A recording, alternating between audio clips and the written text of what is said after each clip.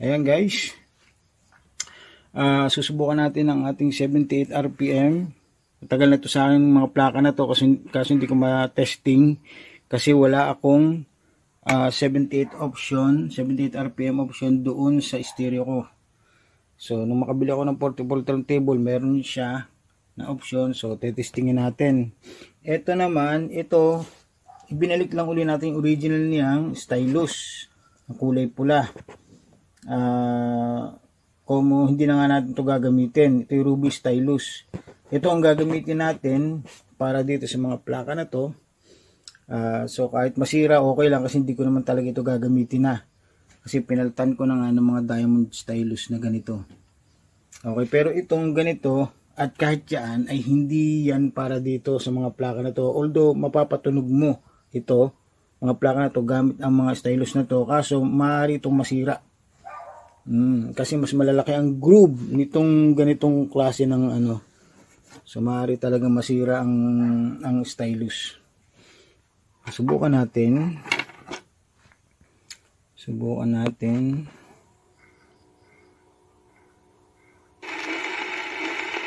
Sadyang ganyan, maagas-as talaga ng ano. Oops, kaya.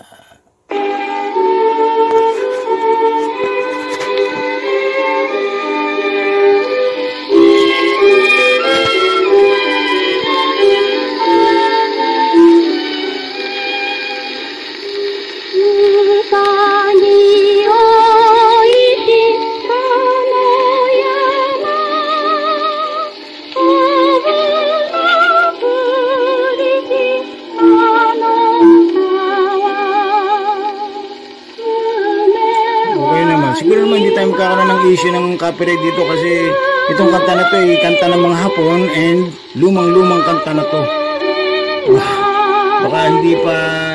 Baka wala pang World War II na nagawa na itong kanta na to eh. So yun.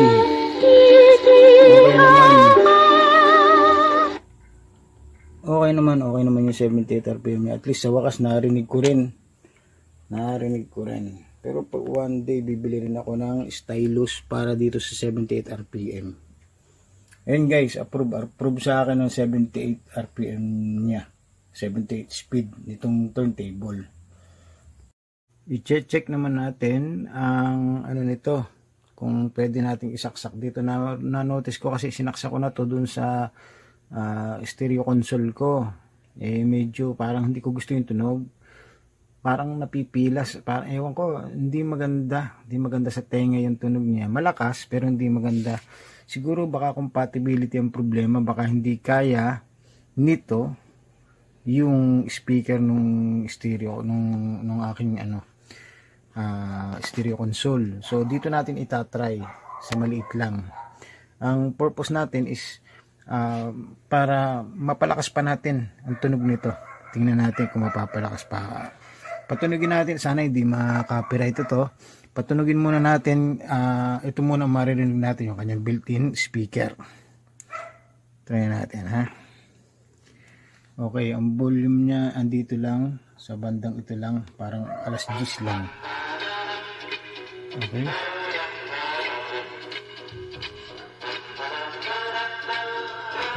Sana naririnig yun. Okay, ayun. So, ganun lang kalakas. Try naman natin na isaksak itong ating so, nagkakadiferensya itong aking ano na to eh. Line in. Okay. Line in daw. Saksak natin. Yun pa din ang level ng volume. Hindi natin babaguhin. Ayan, no.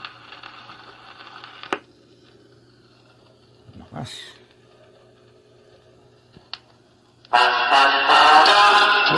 Malakas. At okay na yung tunog niya. Mas malakas. So magpapalakas pa natin ang tunog talaga. Malakas to. Halos level ng volume. Try natin ilagay sa alas 12 guys. Try natin ilagay. Malakas, hindi kaya. I mean, hindi kaya. Hindi kaya, pero nakakarindi.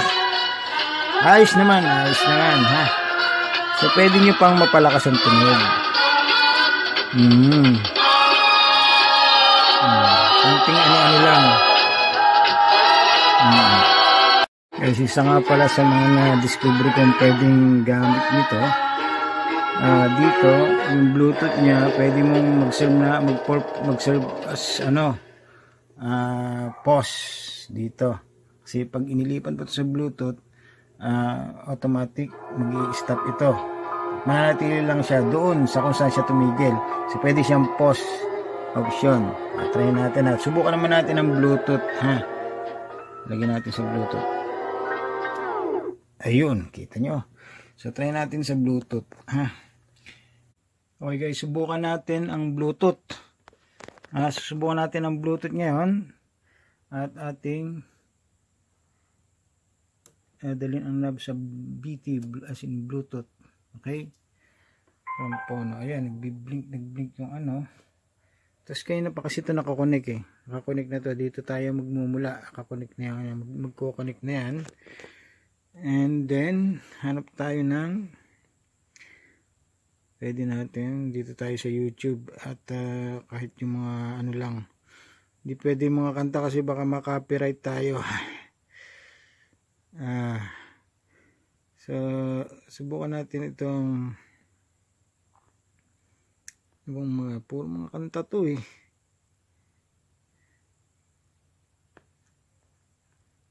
Okay, so subukan natin ito si Chinese.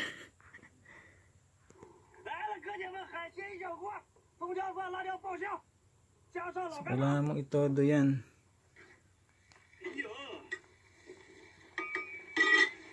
Yan, kailangan ito yung source. Ito ano. Medyo mahina ang Bluetooth eh. Medyo mahina ang Bluetooth. Pero okay, nagana naman. Hindi lang siya kasing lakas ng ano.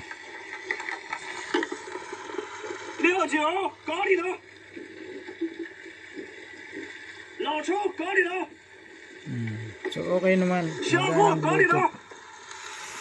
Okay. Stop na natin.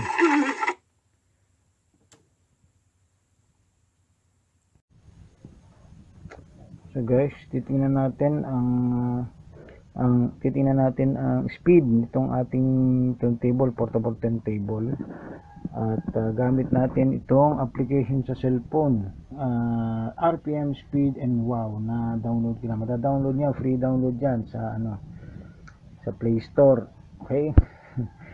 So titingnan natin ang speed niya. Set muna natin sa 33. Pasit na siya sa 33. Huwag lang magrarab sa spindle para hindi maapektuhan ang ikot. So angat lang natin ito. Ay, teka muna. Ayan, pinit natin yan. Hops. Okay, tapos start. Yan na. Pwede ka na magpaikot. Subukan natin ang 32 o 34 na agad siya guys. Taas siya. Medyo mataas.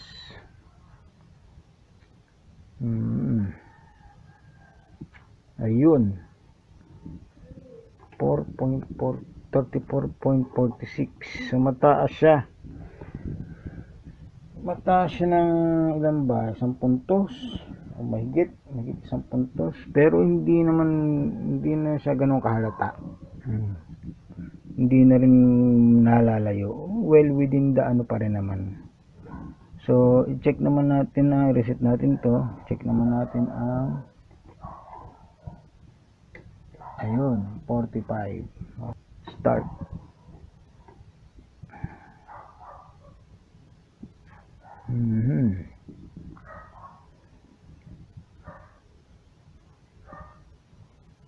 Ayun, nagka-count na.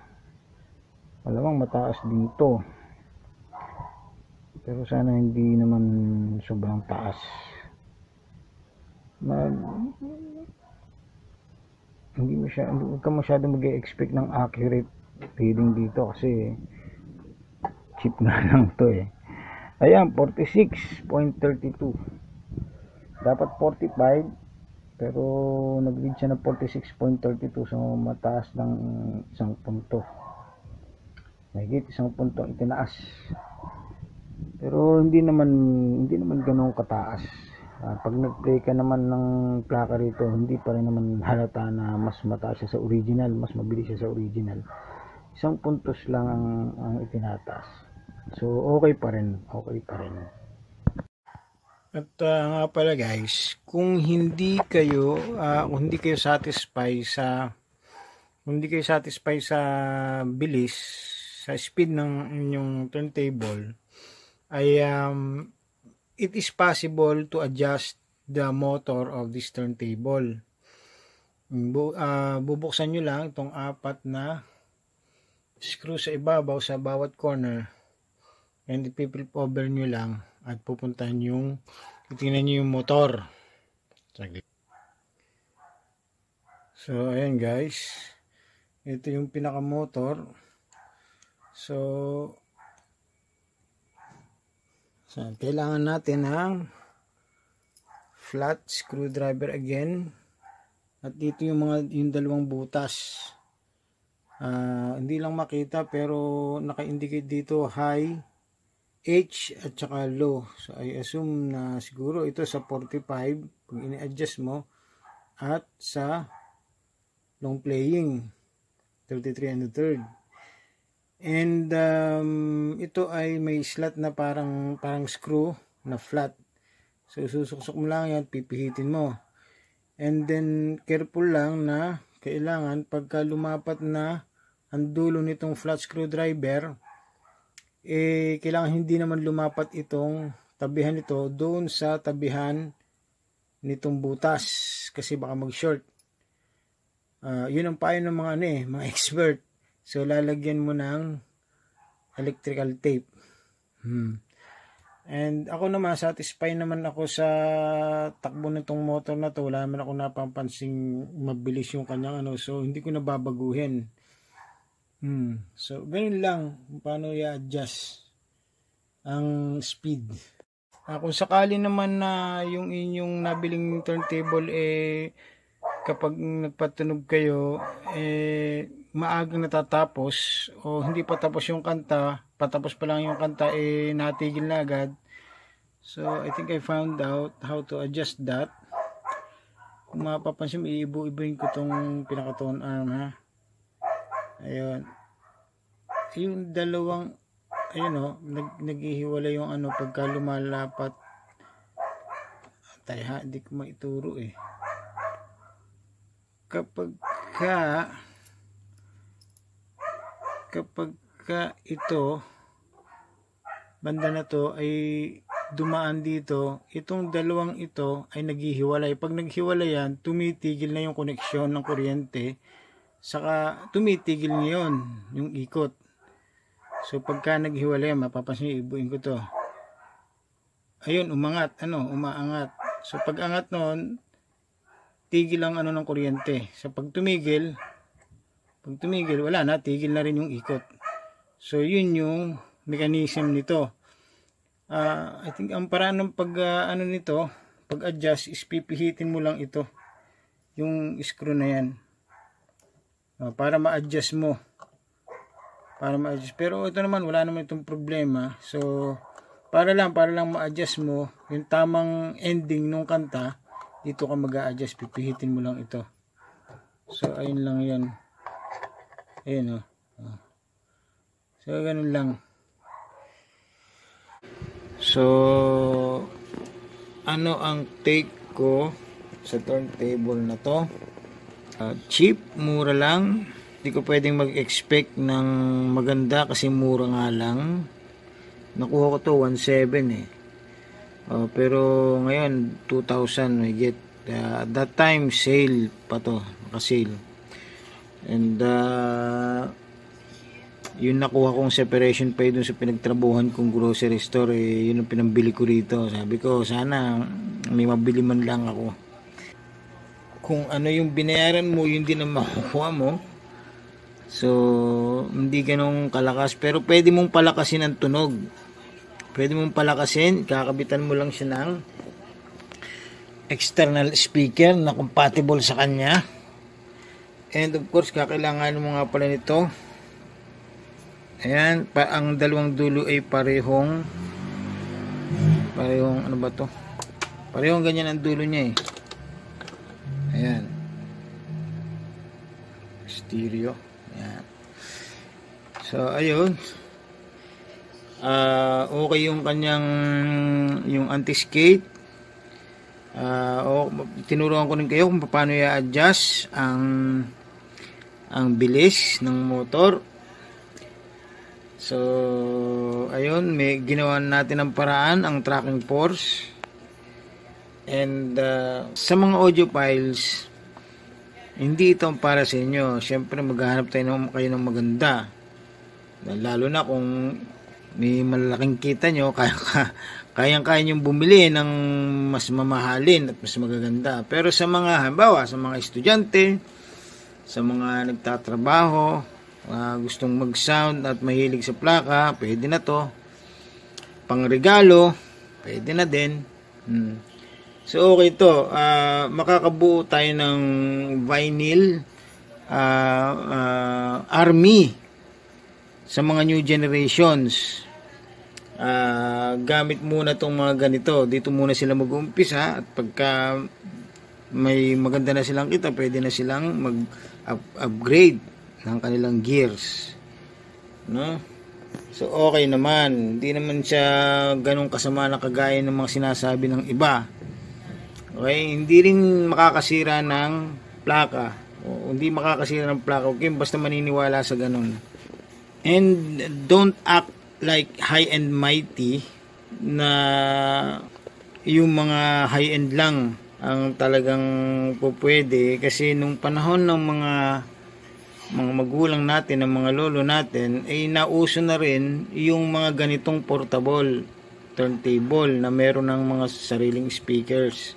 Sumikat ang 45, hindi na wala ang 45 RPM yung mga singles dahil ng mga teenagers nung panahon una, 1960s, 1970s, nung panahon yon, sumikat ang 45 RPM yung mga singles, yung mga maliliit lang sa mga teenagers. So piniplay lang nila ito pagka magpa-party sila.